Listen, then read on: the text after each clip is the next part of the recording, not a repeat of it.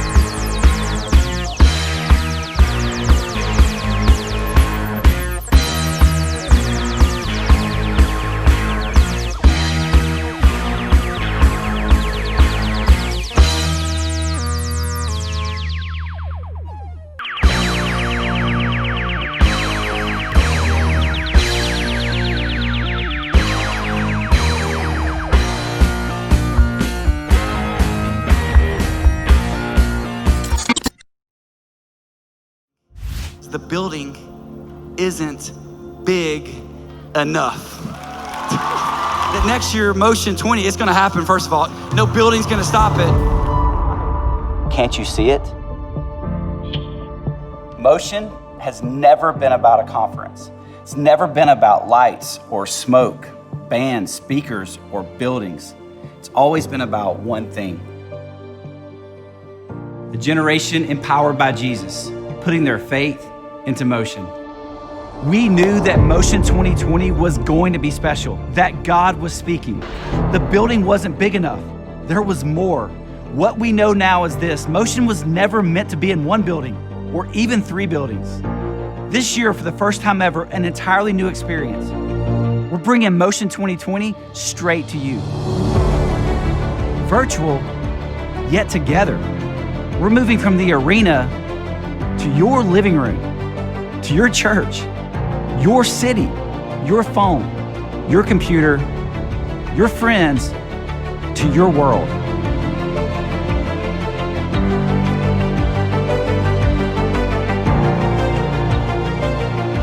Without these walls, the impact is limitless. There's never been a better time to join the movement. One purpose, 3 days, all invited, all welcome, all belong, all together. A generation in motion.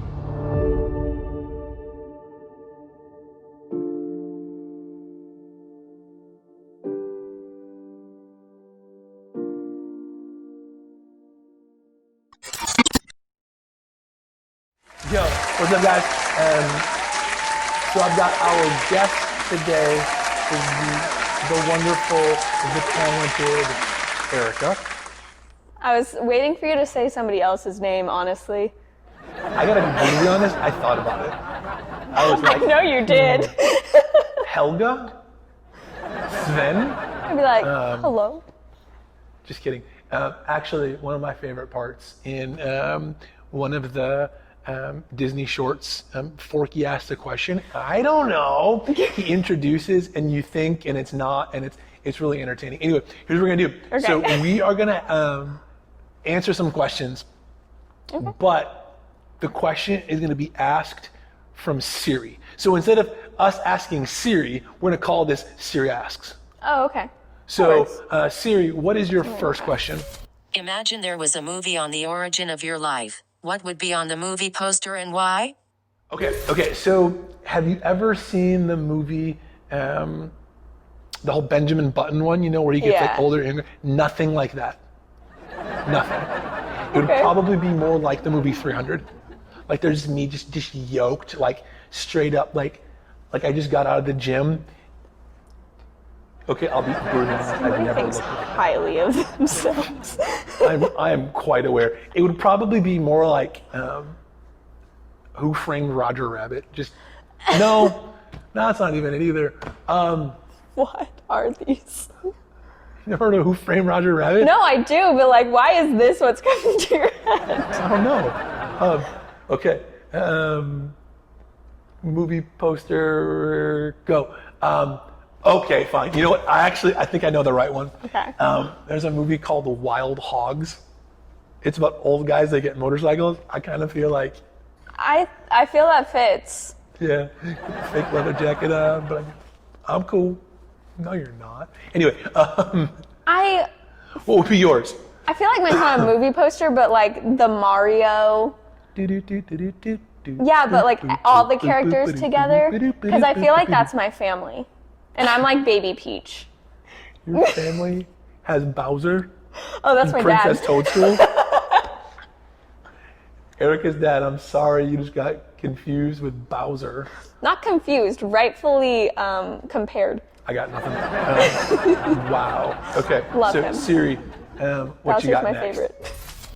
How can problems, disappointments, or letdowns affect your relationship with those around you? What about your relationship with God? Wow. Jinx. Personal Unjinx. jinx, no tag backs. I jinxed you first. You have to stop talking. Unjinx. Have But you now ever you can seen talk. that happen? You not talk? Neither of us have never stopped talking. My wife is like, bro, just You only talk when you sleep. You don't talk when you... Anyway, Siri, good question. Great question, Siri. I think though, like before we can even go like, how is it impacting other relationships, let alone impacting God, we probably did back up to the question that we asked before that, which is, why me? Why is this happening to me? Why are they saying that about me? Why didn't that happen to me? And what we've done is we've like put us center stage. Yep. And then we've said everybody else plays like a backup. Yeah. They're like my supporting cast. Here's the problem. If everyone does that, like nobody is supporting anybody. So it's like a one-man show watched by the one man or woman, whatever. Yeah, and then you're devaluing all the people around you. Yeah, totally. You're telling them they're like the character that doesn't even get credits. You're like that, the afterthought. Yeah. Which now let's magnify that. So if you think you're the central character and everybody else is playing a bit part in the story of you, that means that God is too. And I don't need to tell you how problematic that is, but I'm gonna. That's bad. That's a bad move. That's dangerous, yeah. And so we've been talking about Joseph. And now here's a dude that, I mean, he's kind of like up and then down, like dad's favorite, brothers hate him, tossed into a pit, sold into slavery, Potiphar's wife, ends up in prison. Yep.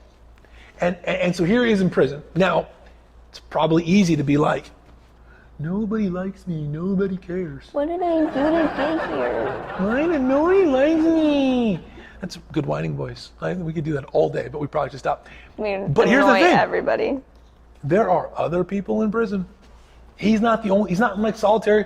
That's true. There are other people there with him. And so to go off of last week, like we're looking at, hey, how do we do all of this? Well, maybe, just maybe, slow your roll. Yeah. Slow down. Oh. Hey. That's so, good. Yeah, I think Siri got another one for us. So, what you got, Siri? What is a situation that you hope God can use but can't see it right now? Okay. Wow. There's a lot. I mean. But let's go with Joseph for a second. Yeah. All right, so dude's in prison for something he didn't do wrong. Yeah. It's not he like didn't make that bad Potiphar's decision. wife was like, hey, what's up? And he was like, what's up, girl? And she got you. Go on. Like, that didn't happen. Boom. Like, he's like, I'm out. Yeah, and then he she said, lies. no, thank you. And so now he's in prison.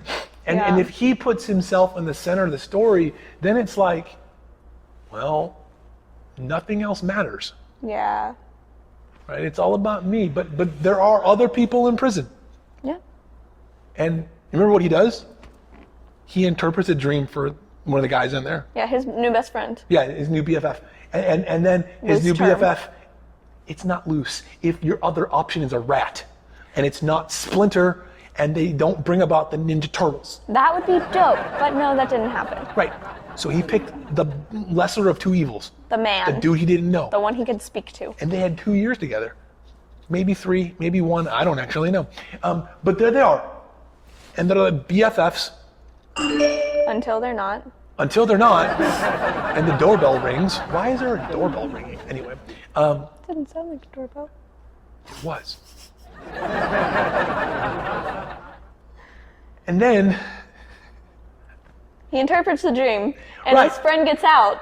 his friend gets up. But here's the thing: his friend's like, "I'll remember you." Like I'll remember his you final when I'm words, gone. "I will remember you." And then he doesn't. He said, who? Joseph who? My What bad. happened? Right. So now 2 years goes by. And Joseph's still just He's chilling. chilling. Jinx, got that time. Hey. Anyway, and like I'm 2 years. unjinxing myself. And I don't know if he had some less than awesome thoughts, but I bet at some point he was like, well, This stinks. he'll come back. I know he will. God's got He this. said he would remember. He told me he would. He's a man of his word. Just because he's in prison doesn't mean he doesn't have integrity. And sure enough, Yeah. 2 years goes by, and this dude like has an epiphany, light bulb, bing. He's like, oh, I didn't talk about Joseph and his story. Maybe I should do that. Yeah. And it leads to Joseph being released. Oh, finally. And like getting to sit and talk to Pharaoh, like the man. Goodness. Like that's pretty good. And so maybe, I don't know, how can God use things for good? I don't think sitting in prison is one where you're gonna go, oh, I know what's next. Watch this. I'm going from the prison to the palace. Like, God's got this. This is how I'm going to end up at number 2 in command. I'm good. Yep, Jesus, take the wheel. He's sitting like, I just want out. Right, yeah, like, open the door, please. Can someone just vindicate me? All right, anyway, you get the idea. Siri, what you got next? When someone is hurting, what are some things people say or do that is helpful? What are things people say or do that are not so helpful? That's a tough one, because like, think about it. The world we live in right now, there's a lot of like not so good stuff happening. So let's go there first. What are some things that are not helpful? I got one. Okay. Oh, you think that's bad? Let me tell you what I went through. I was going to say that one. Okay, well, you got a new one. There's the calm down, or, I mean, You're blowing this out of proportion. it's not that big a deal. That one's That's not a good one. helpful. What about just get over it? Why are you even upset? Oh my God. Those are not helpful at all. And oh, okay. This one is more about the way it's said and not about what is said. Ooh. Maybe you should just pray about it. Yeah, it's that tone. Because it's not like, oh, let's pray about it. Like, let's do this. It's kind of like, Avi, you have not prayed about this, because if you had, well then. Condescending. Yeah, that condescending, that like almost like backhanded compliment. You're like no. Okay, so don't do that. No, Right. but if you want to offer to pray with somebody, like, go for it. That's helpful. We'll go into that one. Instead of saying, have you prayed about it? You should pray about it. How about let's pray? Yeah. I think another one that is undervalued Okay. and overlooked Oh. is this, right? I am so sorry. Yeah.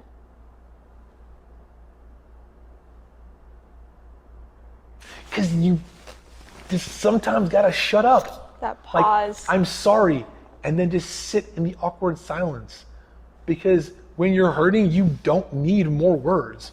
You don't need. Not everybody wants advice. They don't come like, No, but not this like, is what's going on. Tell fix me what this. to do. They're just Yeah. like, I'm frustrated. Okay, Let's this is chat. another one. I got a good one. Because this is something that my wife and we have developed over the years. Okay. So this is like, you're going to get an education at my expense. So here's how it's going. So someone says, I got a problem. I'm hurting. This happens. Cherith and I, we will regularly say, hey, what hat do you need me to wear right now? We've talked Here's the about thing. this. Yeah, because it's like, do you need me to wear my listening hat? Got it. No hat. Do you need me to wear my let's fix it hat? Got it. Do you need me to wear my ain't gonna say a word hat? Got it. But like, what do you need from me right now? Yeah. Because then you're inviting them instead of acting like a little know-it-all. Yeah. So, Because ultimately, they're coming to you and you're there to support them and whatever they Yeah. need in that situation. It's Yeah. not you trying to fix everything Totally. for them, because that's not what they need. yeah, they definitely don't need you to fix it right there. Unless they say, hey, can you fix it? And then like roll with it. If they like come to you with like a sewn doll and they're like, hey, Justin, I don't know how to sew. Can you fix it? He knows how to sew. Kind of. Straight turn, straight. Different story, different time. I like to bring it up. Not cool. Yeah, I think really it's what to say is remembering that you don't have to solve every problem, and you may not know the answer. Yeah. So just like, don't fake it till you make it. Yeah. Sometimes it's okay to just say, man, that sounds really hard. I don't know what I would do if I were you. Yeah. Like, that just validates their feelings. That's fine. And if you don't agree with it, maybe don't come at them and be like, well, that was stupid. Huh. There's a gentleness that is welcomed and encouraged. So necessary. Yeah. Anyway, I think we got time for like one more question. Okay. So Siri, what you got? Romans 8:28 says, and we know that for those who love God all things work together for good, for those who are called according to his purpose. It can be tempting to understand this verse as God will take all of our problems away, but we know that isn't always the case. What are some ways God can use the situation for good without making it go away? I think honestly, like one of the best examples of that is my parents. So when I was in my late 20s, maybe some of you have heard me tell this before, but my dad and my mom separated, and for like 3 years, my mom just sat and asked, like, God, what do you want me to do? Yeah. And what was so cool in that is the pain and the problem didn't go away. It wasn't like, poof, God worked it all out for good and now my dad returned. No, like for 3 years, my dad was distant. And yeah, in the end, my parents got back together. And yeah, in the end, it was a beautiful picture. And yeah, it was awesome.